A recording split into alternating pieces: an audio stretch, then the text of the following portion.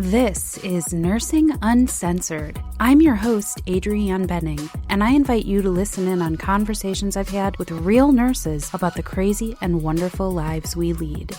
This podcast is meant to create laughter in addition to serious discussion, and nothing is off limits. We're always honest, but we're not always safe for work. Please listen responsibly.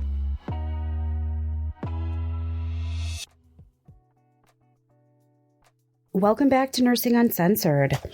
It's a different kind of episode today. I actually am excited for a few different reasons. One is that I get to use my mixer for the first time. I've upgraded from recording by telephone to Google Hangouts to now recording properly with audio software and a mixer with 2 mics. And why do I have 2 mics? Because I'm here today with a highly requested topic and a highly requested guest. I'm here today with my partner, Doug. Doug has been with me since way before I decided to go to nursing school. He's part of the reason I went to nursing school. His support and encouragement was a big deal, but it's not always that easy. So I'm going to welcome Doug in today. Hey, Doug. Hey there. Doug is going to talk to you today with me, and we're going to talk about living life with a nurse. For him particularly, starting with a CNA, living life with a nursing student, and now a nurse. And we're just in our house, Nursing Uncensored headquarters, and our dog is here as well. So if you hear some huffing and puffing and slobbering, that's Mac. That's Mac. So yeah, Doug, would you like to just tell our audience a little bit about yourself? So currently I'm in graduate school at the University of Iowa, studying library science. I've kind of taken a long and winding path with my education, and I'm a non-traditional student at this point, and working at a library here in town. On the side, for fun, I make a lot of art. I write songs and make little videos and films. I like to draw and things like that, do photography, and do a lot of writing. And during the quarantine, I've been spending a lot of time at home, consuming lots of movies and art and listening to music. Yeah. That's a lot. You're kind of a Renaissance man. I like to consider myself a little bit of a Renaissance woman, do a little bit of everything.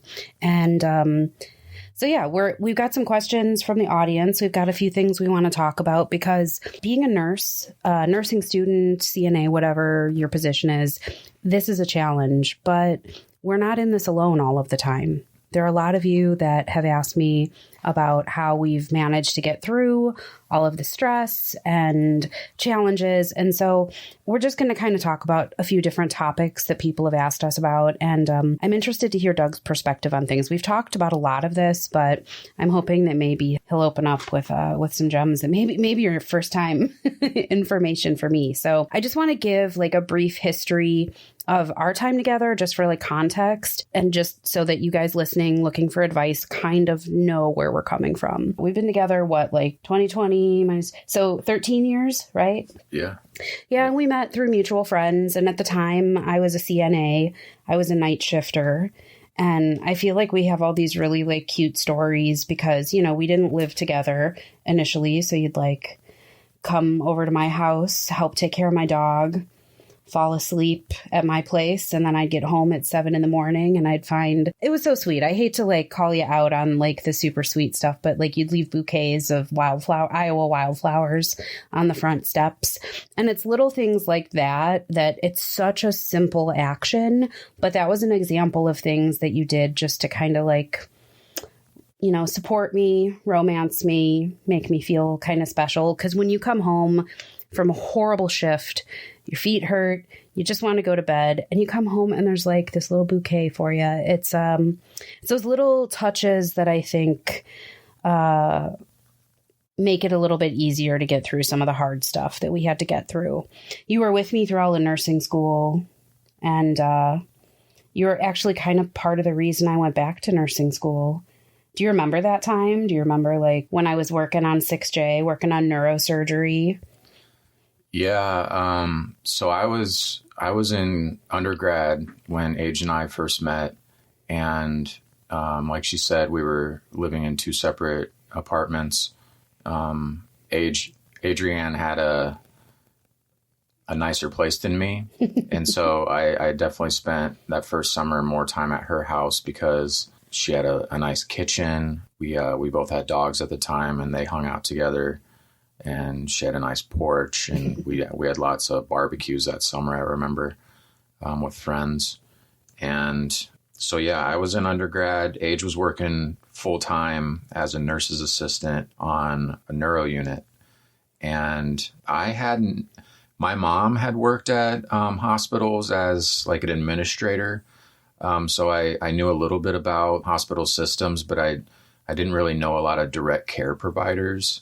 And Adrianne was one of the first, and definitely the person that I grew to know the best that provides and has provided direct care. Her inspiration led me to work in human service for a number of years with adults with disabilities.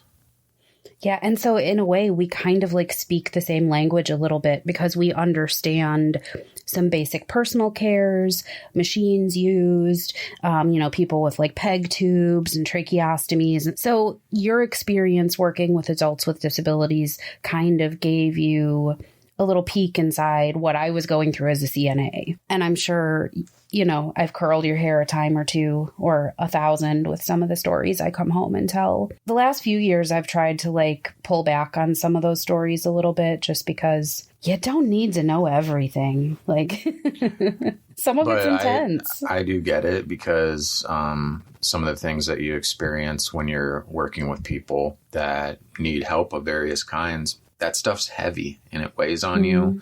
And I brought it home plenty of times where I was, either frustrated by the system or maybe my coworkers that I feel like weren't carrying as much of the weight as the rest of the team.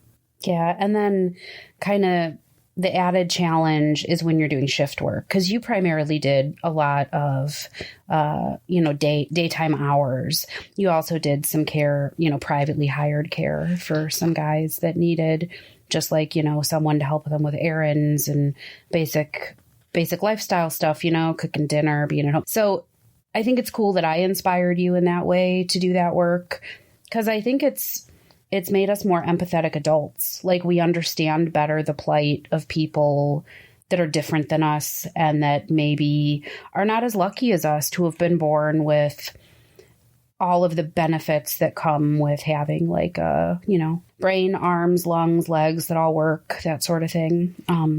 Absolutely. And so many of the elderly and people with disabilities are kind of on the outskirts of our communities, and we don't see these groups as often, and they're not as visible as able-bodied people. And that's a whole another layer of frustration with what's going on in the world today. Yeah. So we both kind of had these experiences early on that made us more understanding of what we're going through with this type of care. And so there was a point at which, I think I had tried to go back to school a few times. I was derailed a number of times by like financial issues, death of a parent early in my life. I mean, there were just things that made me stop school. And there was a point I don't remember exactly when it was, but there was a point where you were like, hey, you're pretty smart. You're busting your ass at this job. You need to go back to school. And I was like, I don't know how to do that. The application's overwhelming. Loans, it's a nightmare to me. And you were like, well, I do this shit every year. So let's just figure it out and take one piece at a time. And I was also speaking from a little bit of experience there because I had also, I think, when Age and I met, I was on my second round of going back to college. Life happens. I also experienced some deaths in my family that kind of sent things off the rails for a little while, and school wasn't a priority. But Adrianne and I have both repeatedly, as an adult, revisited education and continued our educations, starting and stopping at times when needed. But we both have this idea that we will continue leveling each other up, both of us going to school at the same time, seems a little bit more of a challenge than what we want. And so we've kind of been trading off back and forth for a while. Adrianne is working and not going to school, but she'll be going back to school soon, maybe even like within a year. Yeah. And you can call me Age. I don't think a lot of people know that, but one of my nicknames is Age. And so it's nice to hear you say my name, but also you keep going Age. It's fine. Weird saying Adrianne because I never say Adrianne. That's my government name. We don't all use that. So that's fine. You can, henceforth I shall be known as Age.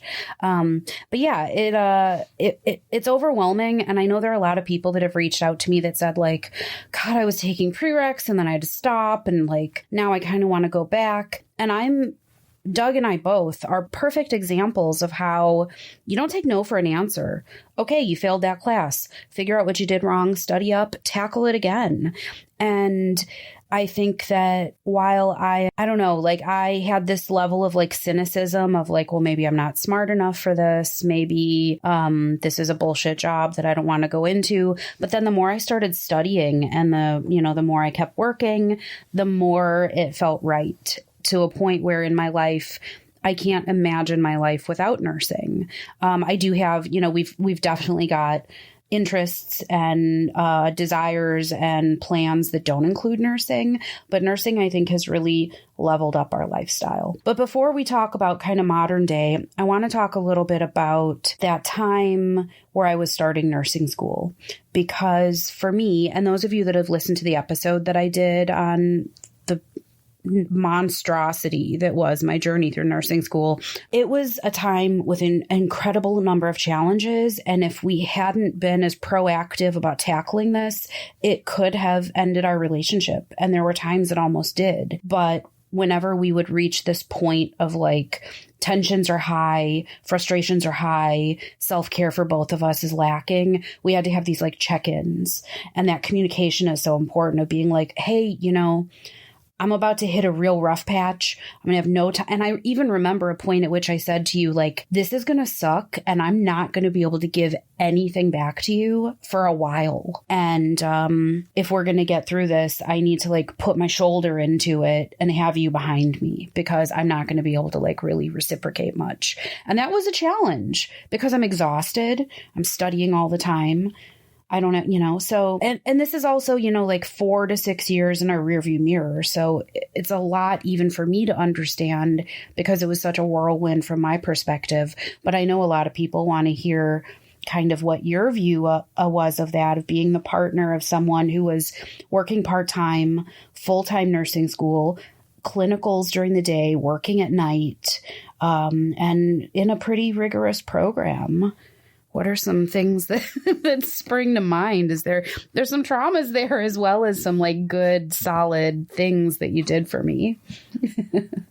I think that we've always left the door to communication wide open. And that's been really important for us, especially when either one of us is struggling through something. I think that over the years, like we've really kind of carved out some of the roles that we have in the house and with each other. When Age says that, when she was having to really dig her heels in and finish up with her RN, I suppose, during that time, she was still very much taking care of the house. Like she's still like can't sit still.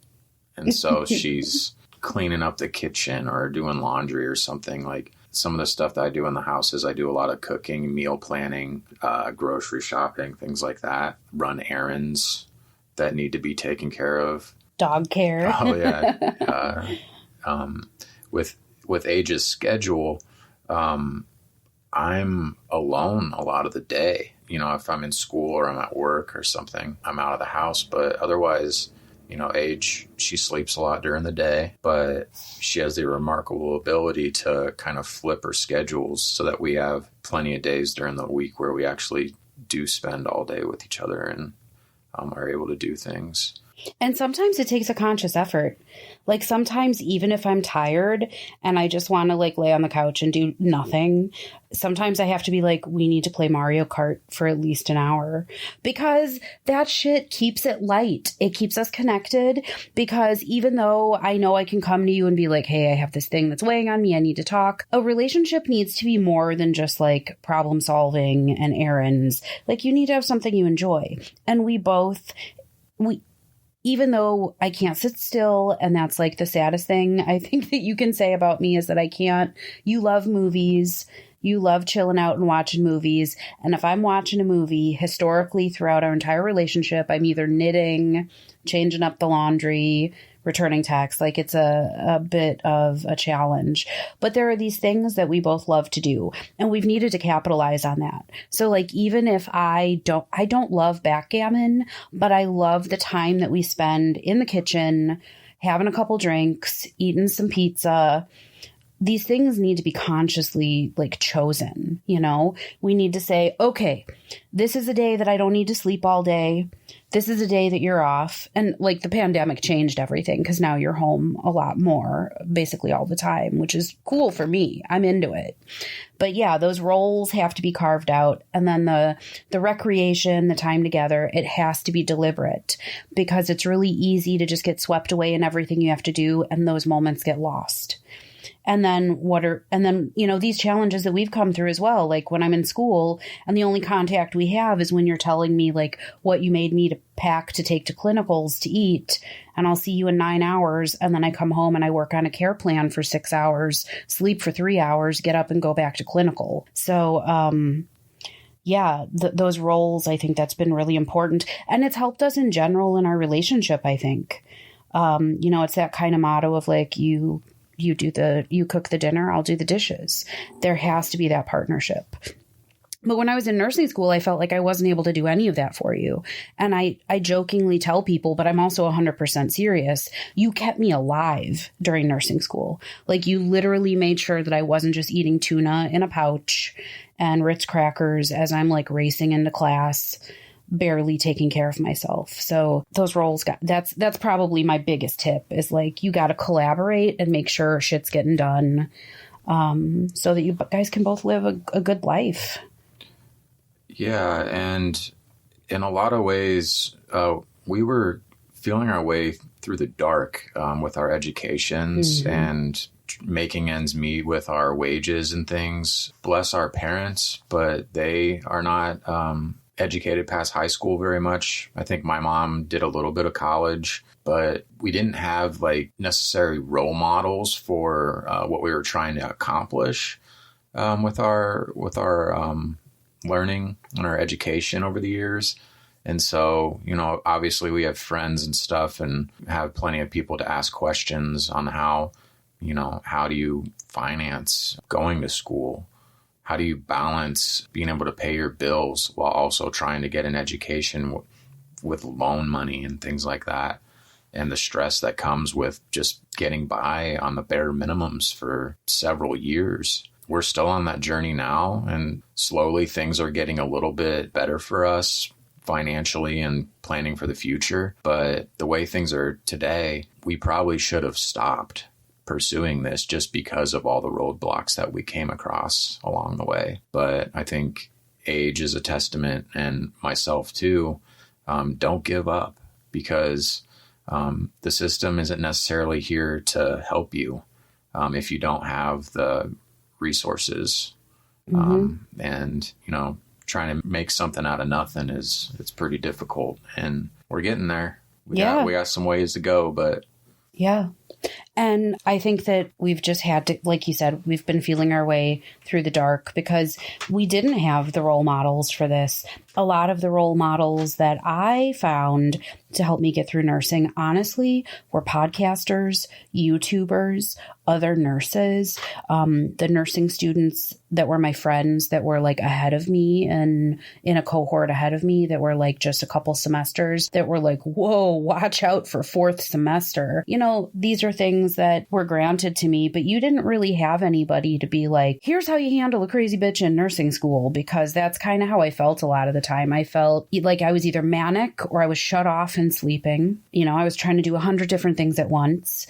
And I had a lot of fear that you were going to get fed up and just say, I can't do this anymore. I'm done. That was a legitimate fear of mine. And as the person that's kind of on the other side of it now, I think to myself about two things. One is that if you hadn't wanted to stick with me through that, then you probably weren't the person for me, because nursing is a part of my life. And I'm not going to just like decide on a different career because my boyfriend said so. And so the fact that you came with me kind of solidified the way I feel about our relationship now. Like, I feel like if we can get through nursing school together, and that's both a joke and really serious, like if you can survive that shit together, I think that's a really important thing. And I know there are other like YouTubers and stuff that I watch that they also have said like, well, we almost got divorced because I went back to grad school. And that's very real. So I think you just need to be like, have that talk of like, okay, you're going to do this. And I'm going to do all these things to help you. And then when you're done, when I finish my BSN, then you applied to grad school.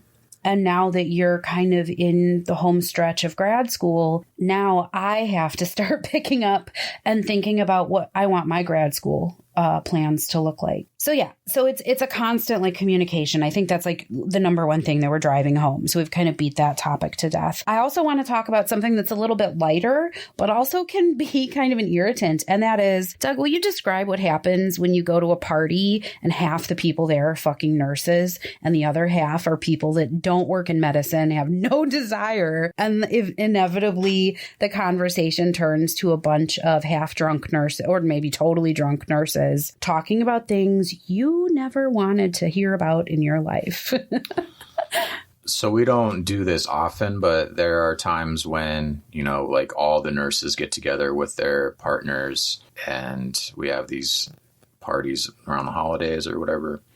And honestly, like I feel like I gravitate more toward the nurses than the spouses, just because I do have a little bit of the background in caretaking and things. And nurses have dark senses of humor, which I can relate to that. And yeah, I mean, I think age is more concerned about, you know, the stories that they might tell, or if it's like nonstop. Like poo talk, basically, at the bar. I mean, to be really, really coarse about it, this is Nursing Uncensored. We're no strangers to poo talk. But yeah, sometimes I've seen other people's partners that like totally glaze over and like they're sitting as though they're ready to leave the party as all of us are like squawking and gabbing. So I'm glad you can hang. I'm glad you can hang with the nurses. Sometimes I think that I have learned to be more cognizant over the years of what kind of a time you're having. There have been times where we've been at parties or like a gathering or something, and I can clearly see that you just have the like, I hate this face, and you're just trying to be polite and get through it. And then there have been other times where you've like connected with somebody that I work with, and you guys are off having a conversation that has nothing to do with me, and I'm trying to pry you away to go home at the end of the night. So I think you've done a fantastic job of assimilating with the nurse social crowd.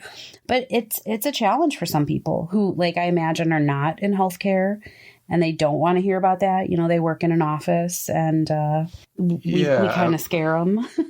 Yeah, but I think it's definitely important to expose people to those kinds of conversations. They are uncomfortable for some people. And I think it really boils down to a lot of people haven't experienced some of this stuff. And the way that America is, death and sickness, it's so hidden from our day-to-day lives. Our society does its best to hide it anyway. Mm-hmm. And unless you specifically work in those fields, you can go about your business and, yeah, until one of your direct loved ones gets sick or dies, you don't know.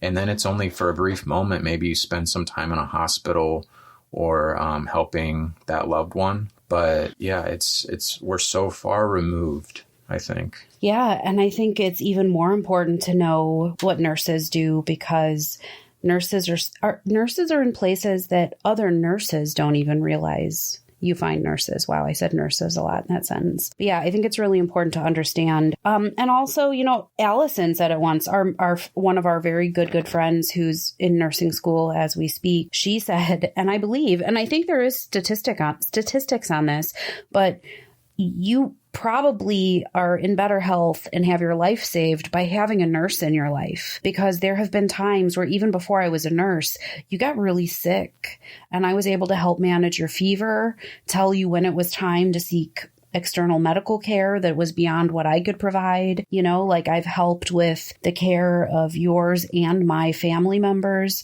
So there was a point at which, like, I think you said something to me like, are you going to love me even if I like lose my mind when I'm old and I'm like a crazy old demented son of a bitch? And I was like, who better to take care of you than me? Hello. So we joke about it, but I think that kind of, like you said, that dark sense of humor, we both kind of have that. And so I think that there probably are a lot of people that live better quality lives because they have a nurse in their life. You're welcome. I want to ask, this was a question that came from a listener or a follower. I'm sorry, I don't have the names of people in front of me. I just wrote this stuff down on paper. But do you worry about my safety or my health or your health because of living with me? I do worry about your safety. It's not something that is at the forefront of my mind every time you go to work. But, prior to COVID, you always let me know, like, if there's been a dicey situation at work. I think you have been, like, attacked one time by a patient. I've been attacked a few times, but one was really scary. So that kind of thing I'm not so worried about, because Age can handle her shit. She's tough, but also like incredibly empathetic and compassionate. And so I often tell her that they are lucky to have you, because, I've met other caretakers and nurses and doctors and things, and there's absolutely a hierarchy of caretaking. And Age ranks near the top. I mean, she's no saint, but she is a fantastic medical provider. And COVID, though, has definitely upped my my concern for both of us. I know that the hospital that she works at is taking, extreme precautions. Their safety at the hospital is far more important than most businesses in our area or our community. They put things in place that I think has seriously prevented a lot of cases. But, there's always a risk. She's going to a place that has confirmed COVID patients, and we essentially operate as if everybody has it at this point. And so I don't go into any buildings. We haven't been seeing friends. We mask up when we're out in public, and we stay home. Age goes to work, and I've been off for summer break from school. And so that's just kind of the new normal now. It's absolutely, yeah. We've kind of adapted to the times. I think your cell phone is like making noises in my... Sorry. Okay. I'll put it down. Sorry, guys. Yeah. So we've adapted to a new normal, just like everybody else. I think we take it more seriously than some, equally as serious as others. Mm-hmm. But we're making do with what we got and still pursuing a lot of our loves. So we love to cook, and we've started playing pickleball this summer, which Age is really excited about. For those of you who don't know what pickleball is, it's a favorite among elementary and high school gym classes and senior citizens. I describe it as basically like a combination of tennis and ping pong, but it's as though you're standing on the ping pong table. So it's a much smaller court than tennis. You play with these oversized ping pong paddles, and you have basically like those plastic wiffle ball style balls that have holes in them. And it's It's a ton of fun. It's how we've gotten most of our activity. We actually tried to go play this morning, and there was about like 700 senior citizens there. And because we can't social distance with that many people there, we had to let it go for today. But that's another example. Like, we do physical activity together because right now, like you said, because of the pandemic, we can't go anywhere. We're not hanging out with people, especially, you know, unfortunately, we love our friends, but the ones that aren't social distancing, like, we're just, you know, it's a risk we're not willing to take. Yeah, and it's fine. We're lucky to have everything that we do. We just experienced quite a storm last week. It's called a derecho, and essentially like straight winds for 30 minutes straight in our area. It's very similar to a Category 2 hurricane. And so we, on top of the pandemic, went without power for a number of days. We still don't have internet. It's been a week, and other areas near us were hit even worse. And so, yeah, it's challenging times, but we're lucky to have the things that we do, and we're lucky to have a roof over our head, and air conditioning's back on, and food is back in our refrigerator. And, you know, this entire time during the pandemic has been a time of reflection for a lot of people. And you add not having electricity on top of all that, and you really start thinking about the impermanence of life and what's important. And it's important to take away from those kinds of experiences and remember those and continue to think about those important things going forward, because we're not going to be around forever. We have to, I guess you don't have to make the best of things, but that's what Age and I want to do. We want to try and like create the best possible life that we can for each other. Yeah. And there are perks to, and before I continue with what I was going to say, the other thing that I wanted to just touch on that you said, you know, we do spend time together, we get activity together, we intentionally do things. But I think equally important is that you need time apart. Like, we're both home a lot. Like you said, even though I'm home and sleeping, like, you're kind of on your own. And I get a lot of alone and me time. A lot of my editing and all the podcasty stuff that I do is in the wee hours of the night. And so we learned very quickly that in order to have anything interesting to say to each other, you got to do some shit that the other person's not present for. So it's been really important. Like, early on in our relationship, I had this ferocious jealousy, not because of anything you had done, but because of the way I had been conditioned to feel about relationships and male partners, mistrust, suspicion, insecurity.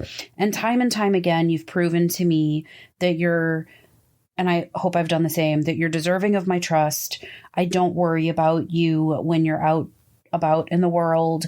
I know that you will defend me and stick up for me and be true to me in every way that you could be.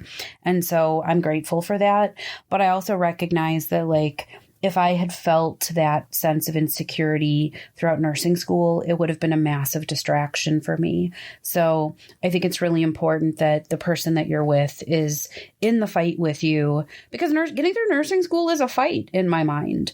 You know, there's a lot of bureaucracy, a lot of challenges, a lot of work to be done, a lot to learn. It is a difficult profession to get into, you know, programs with wait lists and all the bullshit that you go through. So it's been really important that I've had the ability to trust you and not worry that, while I'm gone for 12 hours to work, sleep for 8 hours at home, gone to 12 hours at work, sleep to 8 hours at home, I don't have to worry about you being a person that does things to hurt me or hurt our relationship. And so I just want to say that if you're in a situation where the person that you're with doesn't have your best interest at heart, isn't on your side, you know, makes you feel uncomfortable, jealous, insecure, then you really need to evaluate what that is serving in your life. And I'm not telling you to go out and break up with your shitty boyfriends and girlfriends or whatever you call your partner. But if they're shitty, dump them, because bigger and better things lie ahead of you. You got to be in this together every step of the way. I think that there are a lot of perks of us being on the same page and me being a nurse. If I time my schedule right, we do get a lot of extra time together, like days where we can cook, play games, go for a bike ride, you know, talk to friends on FaceTime. We've really tried to maximize our time together. And so I think that as you've been in school, as I go back to school in the future, we've had to have these instances where like, we don't have a huge house. Like we don't each have our own offices. And so like, if you're reading and I'm all chatterbox, you have to, you have the space to say to me and I have to be able to hear it and receive it. You got to say, hey babe, I got like 100 pages to read and I got like an hour to do it. So, I just need pretend like I'm not here. And I have to respect that and remember it's not about me. It doesn't mean you're mad at me. It doesn't mean that you don't want to be around me. It means you got shit to do. And you provided me that same courtesy when I was in school. So I think that these are all really important qualities that have made us successful at this. And when you graduate from grad school, you can find a job that you want. We can pretty much move wherever the hell we want to. I think that the things that we've set ourselves up for in the coming years is really great. We've had to have our eye on the prize because there were a lot of years that were not easy. Yeah. And I think, we have had a lot of years to kind of fall into our grooves. And I think a lot of the stuff is just natural now as far as scheduling goes with how we spend our days. Like if Age is sleeping all day, I have all this time alone. That's not necessarily bad for me because, for one, I'm an only child. I need that just specifically. But Age also mentioned that you have to each live your separate lives as well so that you have those things to come back and bring into the relationship. And so if you're constantly doing the exact same thing with each other, yeah, it's great to spend time with each other, obviously. That's the whole point. But you have to have those separate experiences to share, I think. I think it's absolutely crucial. It goes into the whole like storytelling of the relationship itself. You have to build each other's character separately and then combine forces later. Absolutely. I'm looking at the questions because I do want to kind of bring this to a little bit of a wrap-up point soon, but I want to cover some of these questions. Lorene, our good friend Lorene, who's been on the show, she asked, like, what's the most supportive thing that you've done for me? And I have my answer. I know what that answer is. If you had to name one thing, not just a one-time thing, but one thing that's been most supportive to me, what do you think that has been? This is like, what is that game? Like the Newlywed Game where they would like ask him a question and they'd both have to answer and see if they said the same thing. Yeah. What's the most supportive thing? I don't want to be like too egotistical with this answer, but I think it's probably my cooking.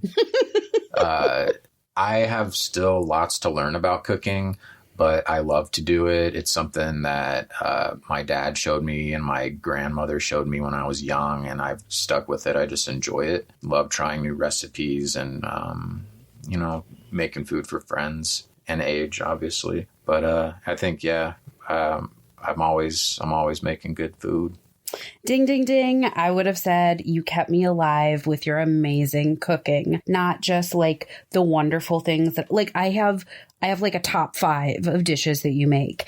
And even though you've been exposed by your family, you're also very much self-taught. You're also very detail oriented. So you can follow a recipe like nobody's business. And if you cook something and you mess it up, you try it again. And it's usually 10 times better every time you make it. So I think that has been the thing because I did not plan well in my early years of school. I did not prepare in advance. I didn't have any money. You literally kept me alive with your food. And not just like, here's a peanut butter and jelly sandwich, but like you made such good food. And I'd like to think that in part, the reason you've become such a good cook is because you have done so much of it and you've put like a lot of really like loving care into it. Me developing as like a home cook, Age has a huge part to play in that because like when I lived on my own after college, if you don't have anybody to cook for, like you don't really do that much. Mm-hmm. And so, yeah, Age has yet again helped me kind of level up in a way that I probably wouldn't have been able to do without her because I've been able to experiment so much with somebody that is like down to try new things. Yeah, for sure. And I think that that's also one of the things that we have on our list of stuff that we like to do together. Now that I do have free time, I'll be your prep cook, your sous chef, whatever you want, anytime. And that's... Yeah, and Age is no slouch. She has some specialty dishes out there that she's really good at. I also am very distracted and I multitask too much. So like I'll be making something and it looks so good and it smells so good. And then I'll like wander off to do something. Just for a second, I'm just going to go do this real quick. And then 20 minutes later, I'm like, oh, fuck, I totally charred whatever it is that I was making. The other thing that I would say is really helpful that you mentioned a little bit earlier is your encouragement and your pep talks. Like there have been times where I've texted you from the bathroom at work 5 minutes before my shift starts going, oh my God, my assignment sucks and I'm with nurses that hate me and I just want to cry and I've got the nervous poops. And I'm even kind of getting emotional talking about it because you're like, you're a badass. Like you've handled so much worse stuff than this. Like you can do this. And then you just got 2 more shifts and then we're going to like make cookies and chop up that amazing Iowa watermelon. Like you've given me so much like encouragement and pep talking, and it's not like unreasonable bullshit like it'll be fine. You're like, this sucks, and if anybody can get through this, you can. And so that part of things, like being my cheerleader, you're my hype man. Well, it's like, I'm sure a lot of you out there can relate to this when you know somebody that is just capable of so much that they may have a bad day or something, but you know how like badass they are.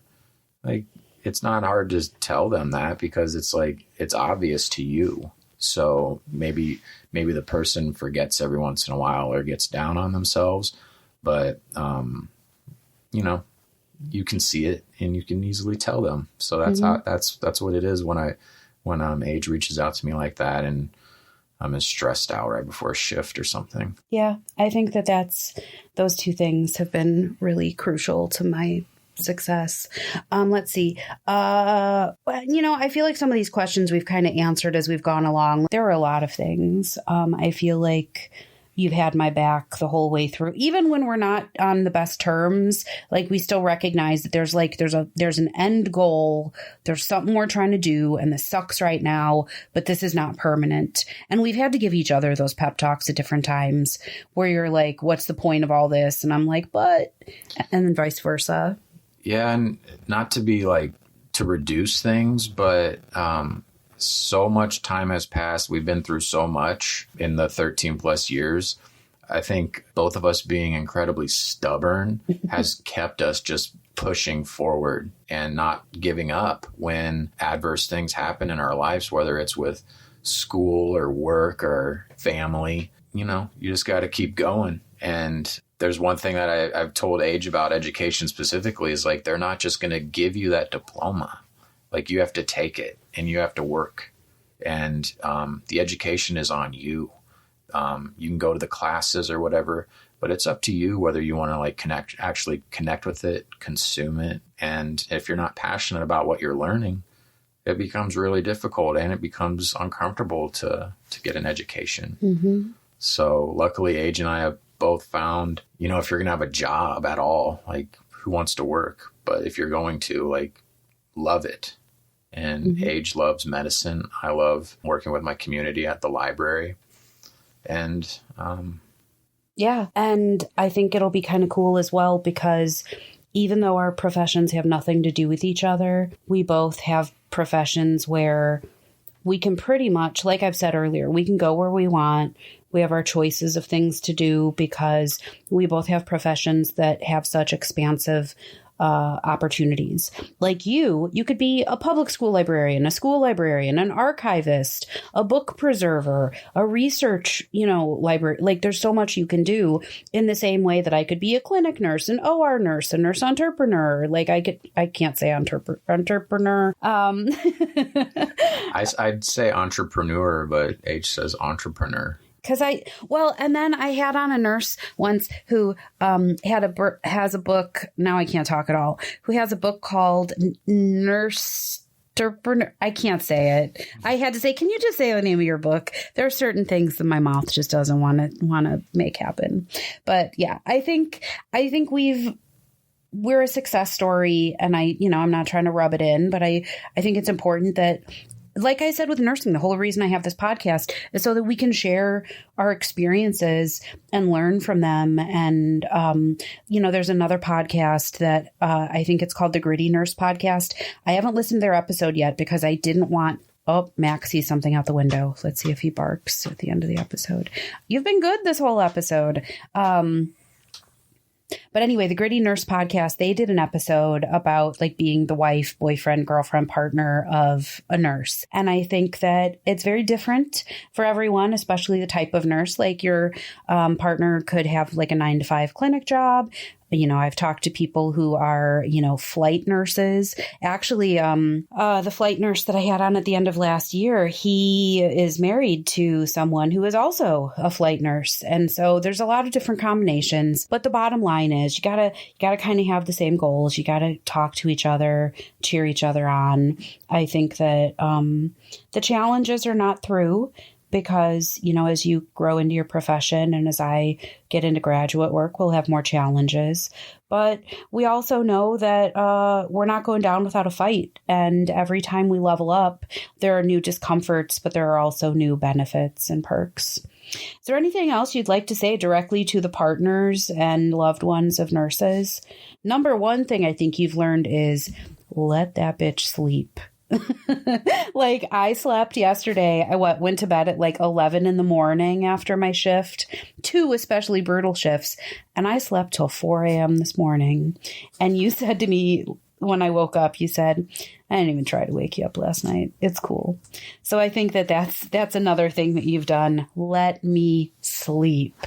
So I'll do my best this week to spend a little more time awake, but yeah, I can sleep like a champ. If only I could get paid by the hour to sleep, I'd be a freaking millionaire.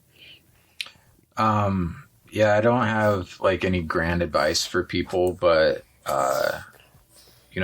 treat your partner like you do yourself at the end of the day. And treat yourself good. Right? Yeah. Fight for them like you would for your own success. And it's not going to be all cherry pie. You're going to have real conversations and struggles. But you got to decide who's on your team and take that seriously. Absolutely. Doug, thanks for joining me on the show. I'm really excited that you finally felt comfortable and in a place where you could address my audience, share a little insight, open up our private lives to the permanence of the internet, whatever that means. This was my first podcast as far as I can remember, so thank you. Nice. Well, maybe one day I'll twist your arm into coming back on the show. We'll talk about something else. But yeah, and everybody, thank you for listening. Please check out nursinguncensored.com. There's a lot of content there.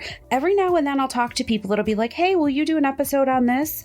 I already did. So please go and check out the blog, the vlog, the videos that I've put up. There's a lot of great content there. Until next time, happy nursing.